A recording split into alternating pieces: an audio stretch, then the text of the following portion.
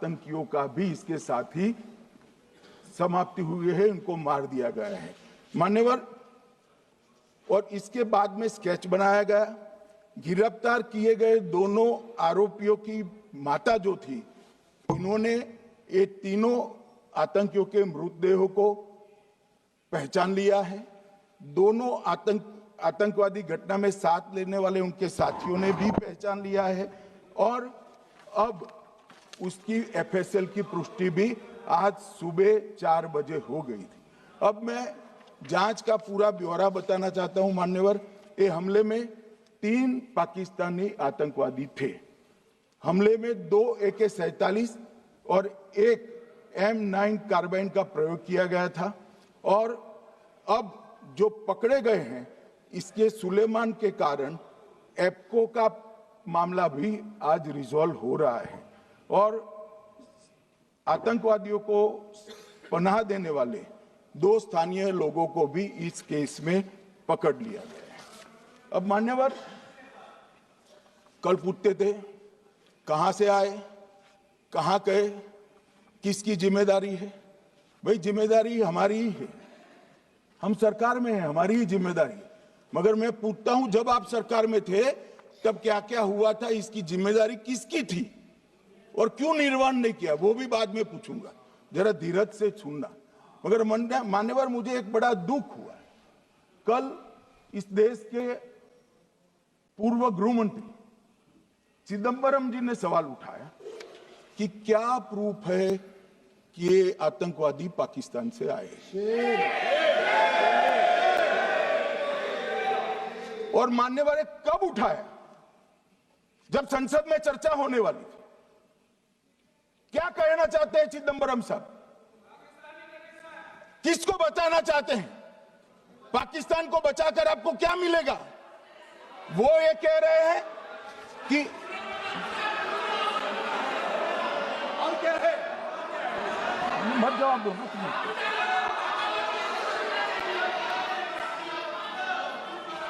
मान्यवर, हमारे पास, मैं आज चिदंबरम साहब को कहना चाहता हूं, मैं आज चिदंबरम साहब को आपके माध्यम से कहना चाहता हूं, हमारे पास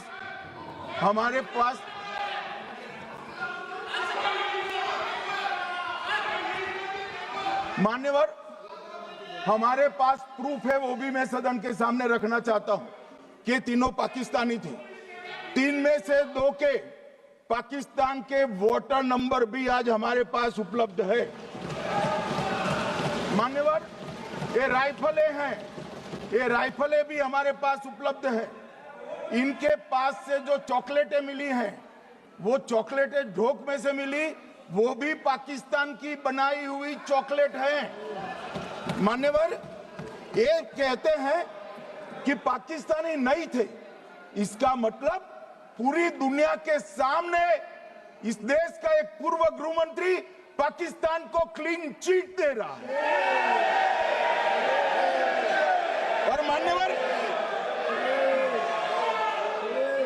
और मान्यवर, वो पाकिस्तानी आतंकवादी नहीं थे ऐसा बोलकर श्री चिदंबरम अगर पाकिस्तानी आतंकवादी नहीं थे तो पाकिस्तान पर हमला क्यों किया, वो भी सवाल खड़ा कर रहे हैं। मान्यवर, आज पूरी दुनिया ने, हमारे संसद सदस्य गए थे, स्वीकारा था कि हमला पाकिस्तान ने किया है। और इस देश का गृह मंत्री जो कांग्रेस पार्टी से आता है, वो कहता है कि क्या सबूत है। अरे मुझसे मांगते, मैं दे देता, टीवी से मांगते हैं, पूरी दुनिया के सामने उजागर करते हैं, सब सुबह खड़ा करते हैं। पाकिस्तान को बचाने का इनका ये षड्यंत्र आज 130 करोड़ लोग जान रहे हैं। बच नहीं पाओगे आप लोग, बच नहीं पाओगे। मान्यवर,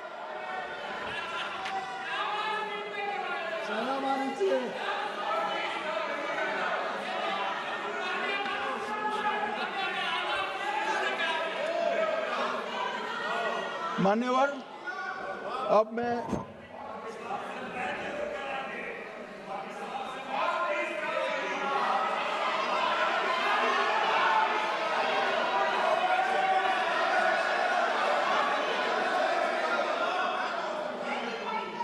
मान्यवर, अब मैं पहलगांव आतंकी हमला और ऑपरेशन सिंदूर,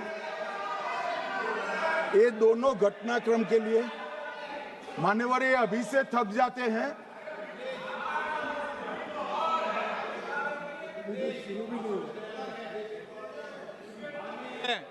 प्लीज बैठिए।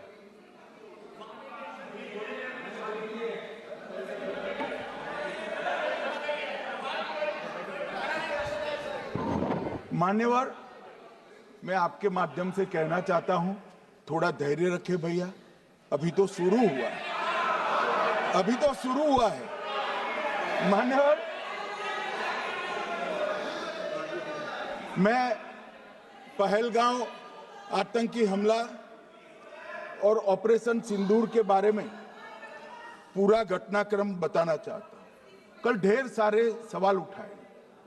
वैसे तो मुझे लगता था कि कल रक्षा मंत्री जी के भाषण के बाद शायद कांग्रेस पार्टी सपोर्ट में भाषण देना शुरू करेगी और अगर थोड़ी बहुत जनता की इच्छा की परख होती तो वो ही करते, मगर नहीं करा, क्योंकि रक्षा मंत्री जी ने बहुत बारीकी से ऑपरेशन सिंदूर की सफलता, इसकी जरूरियात, इसकी प्रासंगिकता और इसके परिणाम, इसके बारे में बहुत अच्छे तरीके से सदन के माध्यम से पूरी देश की जनता के सामने रखा जाए।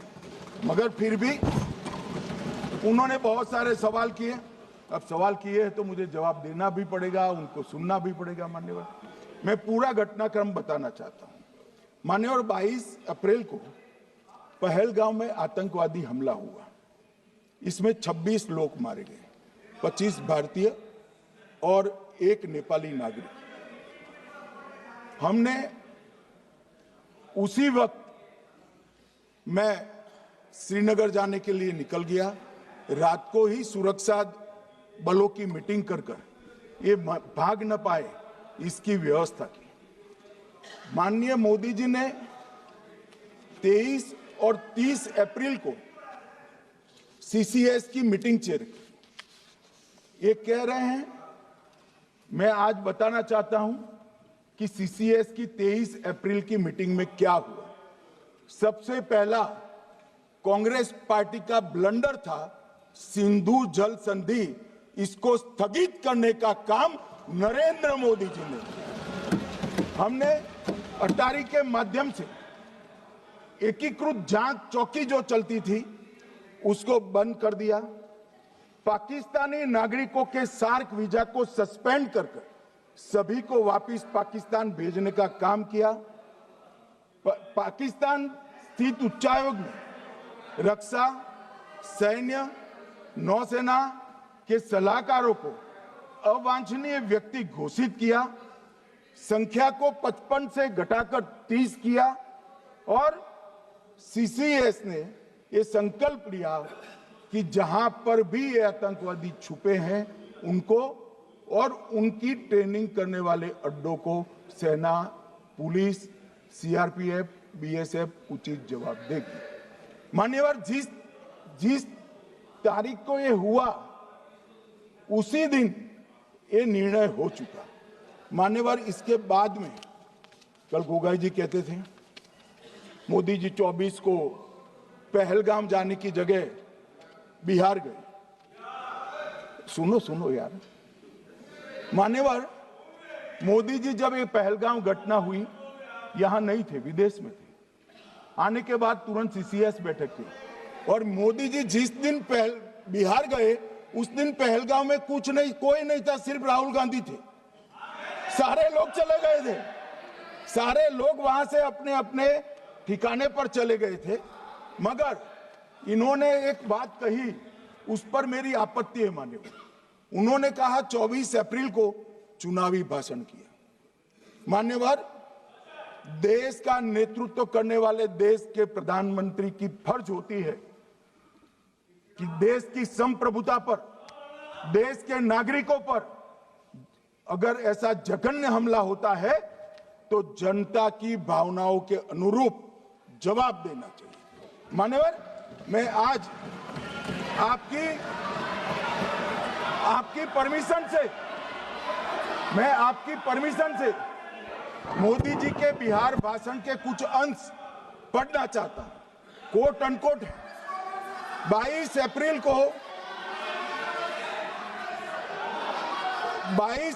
को पहलगाम का ये हमला केवल निहत्थे पर्यटकों पर नहीं बल्कि पूरे भारत की आत्मा पर एक दुस्साहसपूर्ण प्रहार है। आतंकवाद के प्रति दृढ़ और कड़ा रुख, आतंकियों और इसके हमले की साजिश रखने वालों की कल्पना से भी बढ़कर उनको सजा दी जाए। मान्यवर, महत्वपूर्ण है आतंकियों और इसकी साजिश रचने वाले दोनों को। आतंकियों की बची खुची जमीन भी मिट्टी में मिलाने का समय आ गया है। 140 करोड़ भारतीय इस बात के लिए एकजुट है कि आतंक के आकाओं की कमर तोड़ दी जाएगी। भारत हर एक आतंकवादी और उनके समर्थकों की पहचान करेगा, उनका पता लगाएगा और उन्हें दंडित करेगा। आतंकवाद कभी भी भारत की आत्मा नहीं तोड़ पाएगा। न्याय सुनिश्चित करने का मैं हर संभव प्रयास करूंगा। अनकोट। अब इसमें किसी को चुनावी भाषण दिखाई पड़ता है तो उसकी समझ शक्ति पर बहुत सारे सवालिया निशान लग जाते हैं। ये चुनावी भाषण नहीं है। आतंकवाद के खिलाफ लड़ने का 140 करोड़ भारतीयों का प्रतिघोष है जो मोदी जी ने वहां दिया। इनको चुनावी भाषण दिखाई पड़ता है। जैसे चश्मे होते हैं ऐसी ही दृष्टि होती है। मान्यवर, इसके बाद 30 अप्रैल को मान्यवर 30 अप्रैल को सीसीएस की बैठक हुई। पहले 23 को हुई थी। उसमें सशस्त्र बलों को पूर्ण ऑपरेशन की फ्रीडम दे दी गई।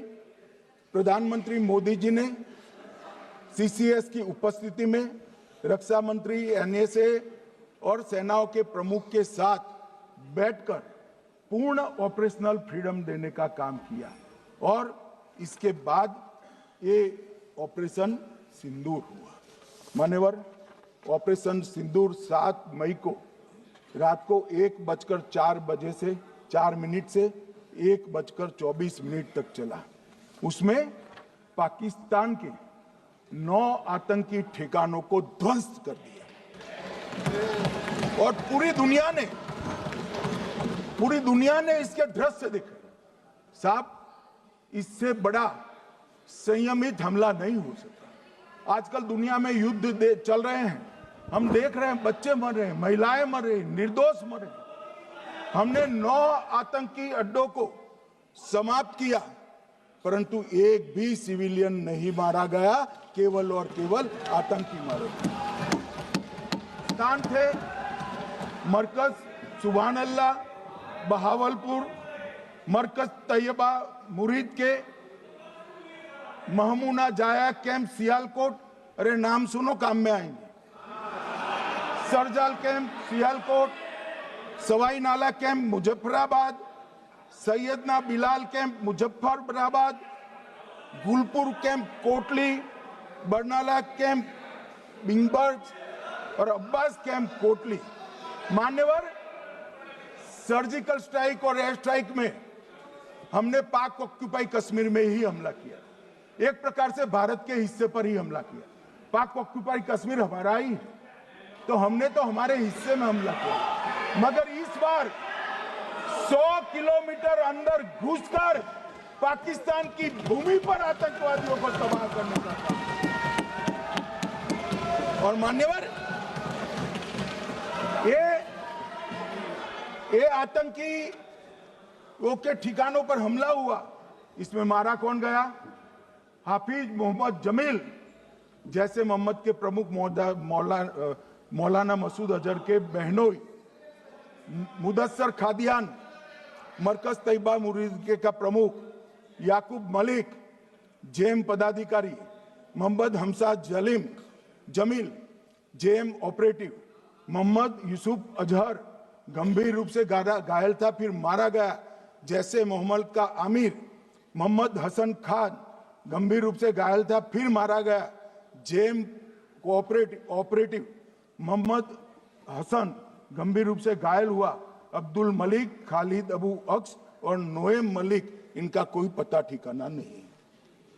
और मान्यवर ये पूछते थे मुझे कल कि पहलगांव के दोषी कहां गए, वो पहलगांव के दोषी कहां गए। ये जो मैंने, अरे सुनो ना यार, ये जो 10 मैंने नाम पढ़े हैं, इसमें से 8 ये चिदंबरम एंड कंपनी के समय में आतंकवादी घटना घटाने वाले लोगों को नरेंद्र मोदी जी ने ये हमें पूछते हैं कहां गए। अरे भाई, आपके समय में जो छुप गए थे उनको चुन चुन कर हमारी सेना ने समाप्त कर दिया है। और ये 10 नहीं, कल राजनाथ जी घबराते घबराते बोले हैं, अब ऑथेंटिक शब्द का है, मैं बढ़ा नहीं सकता, मगर कम से कम 100 लोगों को हमारी सेना ने समाप्त, 100 से अधिक लोगों को हमारी सेना ने समाप्त करने का कहा। मान्यवर, और इस पर भी गर्व नहीं कर सकते आप, इस पर भी गर्व नहीं कर सकते।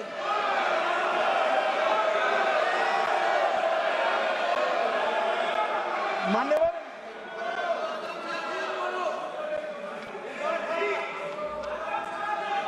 मान्यवर 7 मई को 1:26 पर 22 मिनट पर ये हमारा काम समाप्त हो गया। हमारे डीजीएमओ ने उनके डीजीएमओ को बता दिया कि भाई हमने आतंकवादी हमलों पर, स्थानों पर सिर्फ हमला किया है, इनके हेडक्वार्टर पर हमला किया है, जो हमारा आत्मरक्षा का अधिकार है। पूरी दुनिया इसको एक्नॉलेज करती है। ऐसा नहीं हो सकता है मनमोहन सिंह के समय की तरह कि वो आकर मारेंगे और हम चुपचाप बैठे रहेंगे और जाकर चर्चा करेंगे। नरेंद्र मोदी सरकार, ऐसा नहीं हो सकता, डोजियर भेजते रहेंगे। मान्यवर, उरी में हमला हुआ, हमने सर्जिकल स्ट्राइक किया। पहलगाम में हमला हुआ, एयर स्ट्राइक करा, और अरे पुलवामा में हुआ, एयर स्ट्राइक करा, और पहलगाम में हमला किया। 100 किलोमीटर अंदर जाकर 9 अड्डों और 100 से ज्यादा आतंकवादियों को समाप्त। मान्यवर,